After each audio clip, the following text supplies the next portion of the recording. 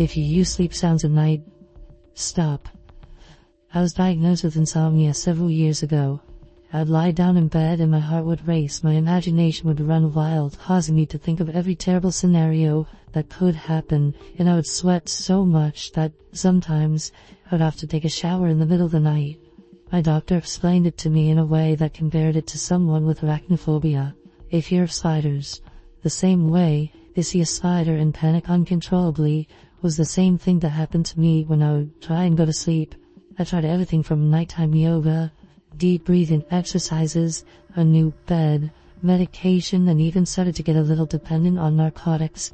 I used anything at my disposal to counter my irrational fear of going to sleep. Now, let me be clear. I was never a drug user, never smoked or drank or popped pills to get high. When I started using drugs to help me sleep, I knew that something serious needed to be done before it spiraled into something worse. I talked to a lot of online forums where people like me could connect and try to see that we are not alone. It helps. Having people to talk to who understand that insomnia isn't watching TV at night instead of sleeping. It's not staying up late on your phone and being restless. Insomnia is a condition.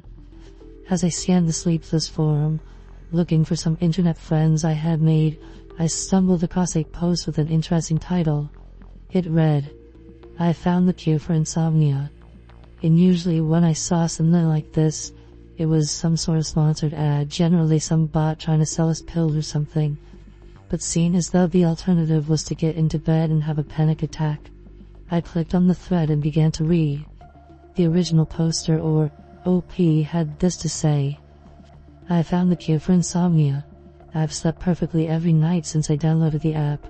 It's called Sounds Like Sleep, created by a company called Dream Systems." The OP went on to describe their experience with the app and how quickly it worked. I scanned down to see several regulars commenting and saying they downloaded the app and couldn't wait to try it. Others only had positive things to say about using the app already. So I downloaded the app as well. I keep a Bluetooth speaker in my bedroom, usually just to play some soft music while I cleaned or as a distraction from the insomnia. I made sure not to check the clock, as I found out early on that doing so would make me panic more about how badly I needed to fall asleep, which would only keep me awake longer. Insomnia is a cruel condition. I opened the app, which greeted me with a soft animation of a cartoony robot getting into bed. The app had several options: rainy nights, the beach of dreams, white noise, and soothing sounds. I'd always had a fondness for storms, so I tried rainy nights. The volume was perfect, not too loud to draw my attention, but just loud enough to block out any other sounds. I sat on the edge of my bed and reached for my nightly anti-anxiety medication. The sounds of the wind and rain washed over me, and surprisingly I was already feeling tired. Without taking the medication, I laid back and rested my head on the pillow. As always, my heartbeat picked up. I felt my face get hot and I braced myself for the coming dread. I took a deep breath, held it in for a count of 5, then exhaled. A low thunder crawled across the room from my speaker. Leaves rustled, and the rain picked up just slightly. I felt my heart return to normal and my face no longer felt hot. Not daring to disturb the effects, I closed my eyes without even getting under my blankets and fell instantly asleep.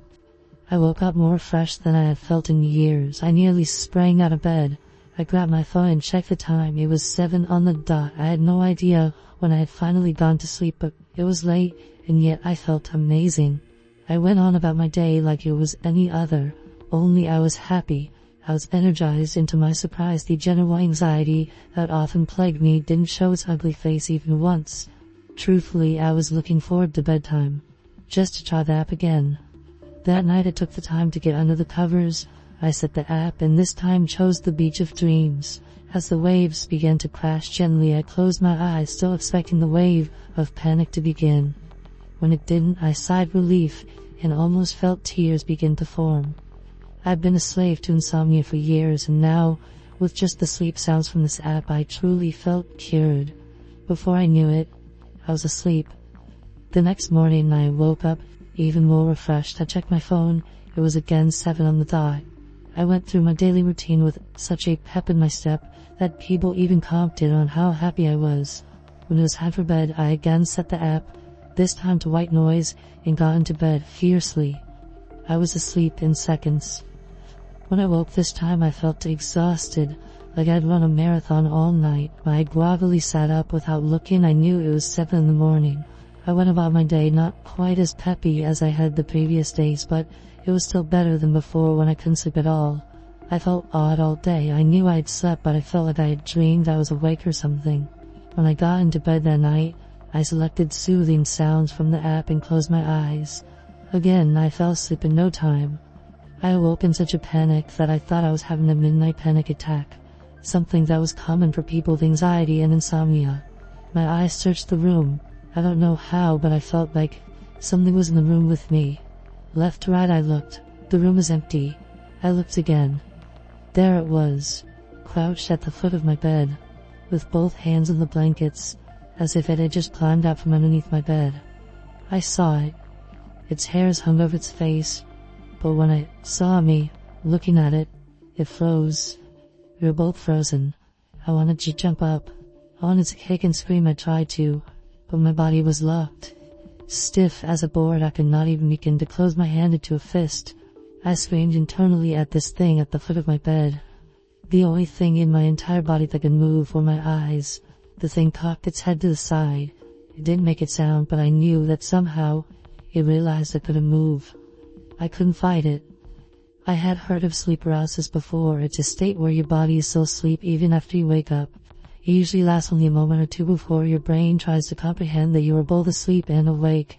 I remembered reading that victims would sometimes hallucinate that evil things were in their rooms because when we're paralyzed like this, we begin to panic and manifest images of evil things that wanted to hurt us.